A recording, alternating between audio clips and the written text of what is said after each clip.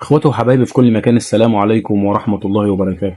معاكم اخوكم ابو بطة، والنهاردة ان شاء الله هنتكلم عن اعظم تمثال في العالم. التمثال ده موجود على العملة المصرية. عايزك تبص معايا كده على ورقة ال10 جنيه، مش الجديدة البلاستيك دي، لا الورق. هتلاقي يا سيدي الناس فيها صورة لتمثال رهيب.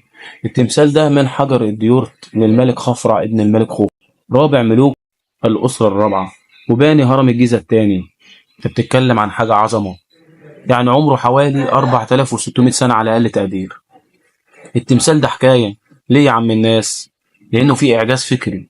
التمثال ده فيه رمزية قوية، يعني بيجمع بين الإعجاز الفني والفكري في وقت واحد. إزاي؟ أقول لك يا عم اصبر.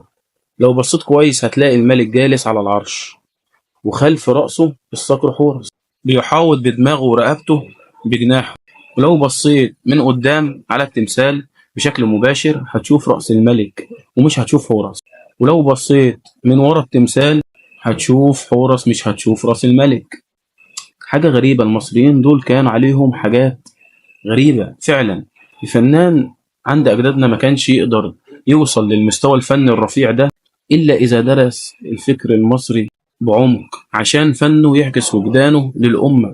الفنان المجهول اللي عمل التمثال ده عايز يقول إنكم يا ناس بتواجهوا الملك وبتشوفوه كإنسان عادي زيكم، لكن في الحقيقة عقله متحد بالنسر حورس، واللي انتم مش ممكن تشوفوه. في نفس الوقت اللي يبص على حورس من ورا يكون فكرة إن حورس هو اللي فعلا بيحكم البلد وجالس على العرش. الإعجاز الفني هنا بقى فين يا أبو بطة؟ التمثال ده من حجر الديورت اللي بيحتل المرتبة الثانية في جدول ترتيب الأحجار الصلبة في الكون بعد الماس، يعني لا معدن ولا صخر قادر على تشكيله سوى الماس بس. وعندك هنا جاستن ماسبيرو عالم المصريات الأشهر قال لو في معرض لأعظم معجزات البشر الفنية لاخترت التمثال ده عشان يجسد أعظم إنجازات الفن المصري القديم والعالم كله كمان. وعندك كمان هنري مور قال أعظم نحات أنجبته تاريخ النحات المصري.